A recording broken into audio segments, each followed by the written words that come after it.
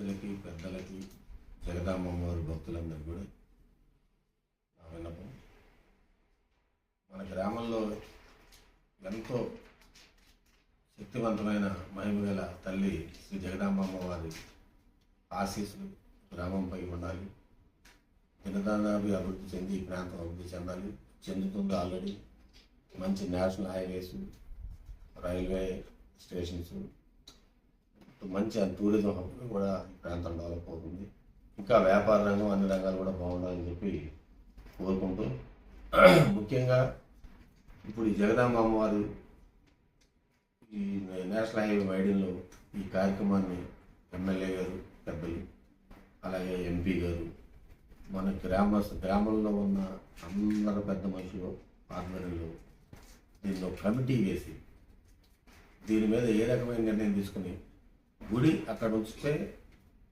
కలపటానికి వీలు లేకుండా ఉంచే అవకాశం ఉంటే కనుక దాన్ని ఎలాగ అభివృద్ధి చెందాలి, అది ఎలాగ అభివృద్ధి చేయాలి, ఎలాగో ఫండ్స్ ఉన్నాయి కదా. లేని పక్షాన ఒకవేళ వైడింగ్లో తీసేసే పరిస్థితి దీన్ని ఒక నూతన గుడిగా అంతరాలయం, గర్భాలయం, అలాగే మండపం, గోపురంతో మంచి విరాజీలేలాగా దీన్ని కట్టుకునేలాగా కూడా మనందరూ ప్రణాళిక సిద్ధం చేసుకుని ప్రజలందరూ ఏకతాటిగా ఉండి దీని రాజకీయాలకి, అమ్మవారిని రాజకీయాలకు అతీతంగా పక్కన పెట్టి, మరి ఎండోమెంట్ వారు సరైన అవగాహన కూడా లేకుండా ఈ గ్రామంలో ఒక లేడీ ఈగో గారు కొంత అవగాహన లేని లోపంలో కూడా కనపడుతున్నారు. మరి వారి చిన్న తప్పిదం మూలన వచ్చిన ఈ సమస్యని ఎమ్మెల్యే గారు, గ్రామ పెద్దలు, గ్రామంలో ఉన్న అన్ని సంఘ పెద్దలు కూడా కూర్చుని దీన్ని సామాజిక పరిష్కార ద్వారంలో అమ్మవారి గురించి గ్రామంలో ఇలాగా ఆనందంగా మనం గుడిని కట్టుకునే, లేదా ఆనందంగా ఈ గుడిని ఉంచుకోవాలన్నా కూడా దీన్ని ఆనందంగా దాన్ని ఆ గోతులో ఉన్న విగ్రహాన్ని ఏ రకంగా మనం హైట్ చేసి పైకి పెంచుకునే విధానం ఏదైనా ఉంటే మనకి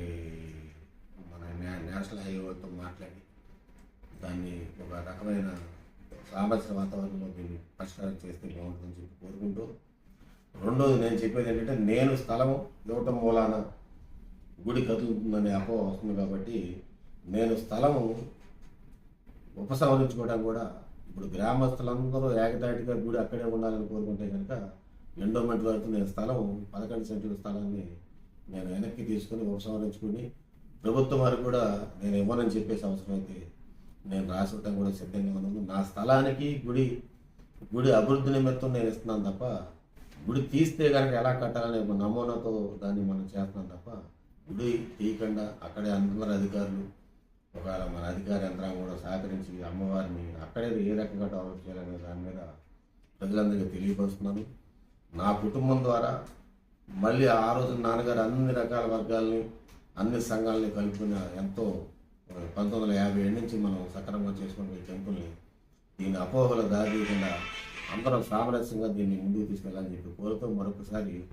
నేను అవసరం అయితే కనుక నేను ఇచ్చిన 11 సెంట్లు కూడా ఎండోమెంట్ వరకు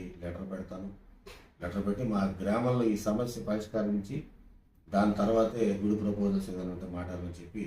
నేను అవసరమైతే దాన్ని ల్యాండ్ విత్డ్రా చేసుకుంటానని చెప్పి సభముఖంగా తెలియపరుస్తూ, దయించి మళ్ళీ తర్వాత వచ్చి నన్ను ల్యాండ్ అడిగినా,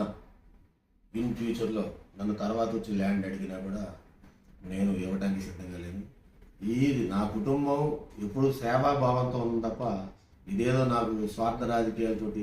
నేను ఆల్రెడీ ఇక్కడ అంతా అభివృద్ధి చెందిన ఏరియా, ఇక్కడ తీసుకొచ్చి గుడి కడితే నాకు కొత్తగా పెరిగేది ఏమిటి, ఇలా రకరకాల కామెంట్స్ ప్రజల్లో వస్తున్నాయి. కాబట్టి వీటన్నిటికీ పోలీస్ స్టాప్ పడాలంటే కనుక నా ల్యాండ్ని ఈరోజే కమిషనర్ గారికి నేను ఫ్యాక్స్ ద్వారా తెలియపరిచి 11 సెంట్ల భూమి వెనక్కి తీసుకుంటానని చెప్పి, గుడి డెవలప్మెంట్లో నేను ఎప్పుడు ముందుంటానని చెప్పి, గ్రామస్తుల అండతోటి, గ్రామస్తుల సహకారంతో ఆ గుడికి ఏం చేయాలన్నా కూడా నా వంతు సహకారం కూడా ఉంటుందని చెప్పి ఈ పత్రికా ముఖంగా తెలియజేస్తూ సర్వీస్.